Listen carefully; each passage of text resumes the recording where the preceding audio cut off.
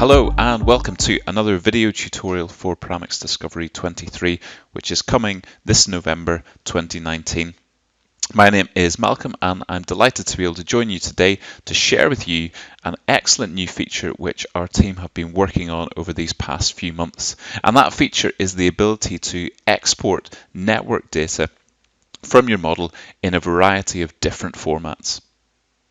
So the way to access this new ability to export more network data is through the Edit Network menu. So if I go to the Edit Network menu and Export. Now, if you're familiar with Paramics Discovery, you might notice a change here. There used to be a list of different objects or features that you can export.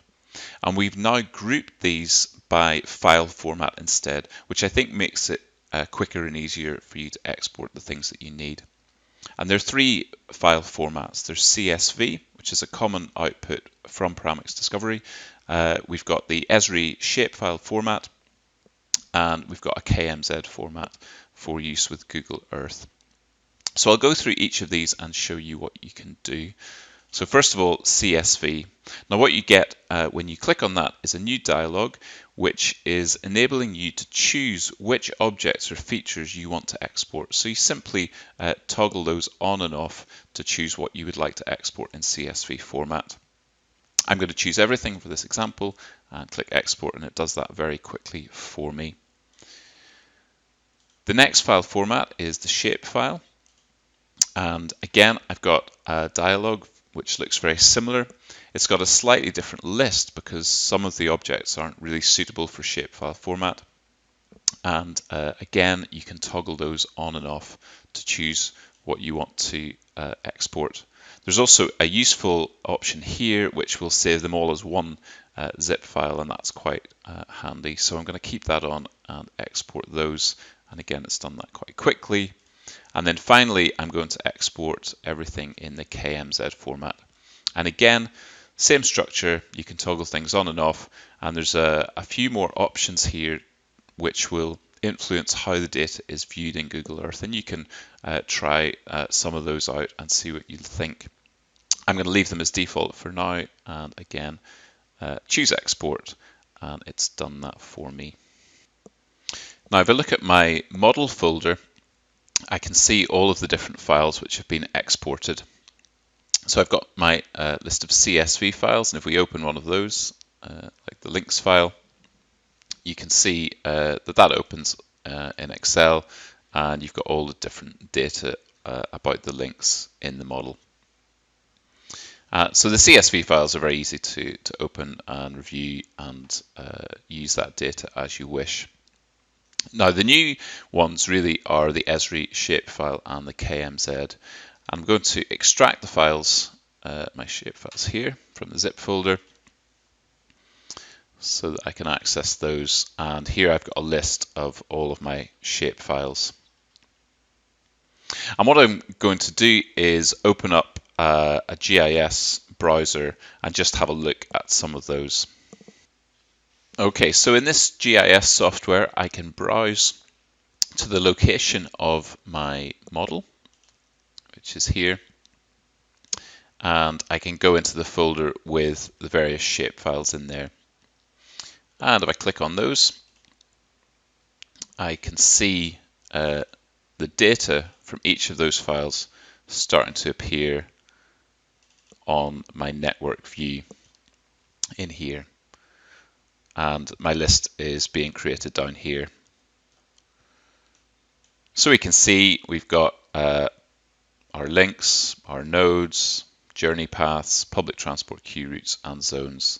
And so within a GIS package, you'll be able to view these, to look at the data behind them, to manipulate the colors and the styles, and present it in whatever way you wish. So very useful data we've been able to export and view in a shapefile format.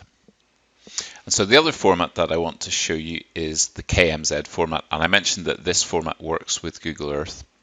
And we can see the KMZ file exported here, and all I need to do on that is double click, and that will automatically launch Google Earth for me.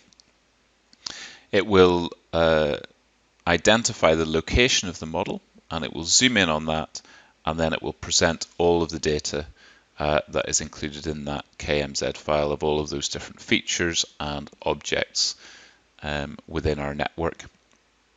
And you can see in here you've got a lot of control over what you want to display. So we can turn on, for example, our nodes on and off, and the node labels. Same for links, the link outlines and link labels. Our zones, and they've got labels as well.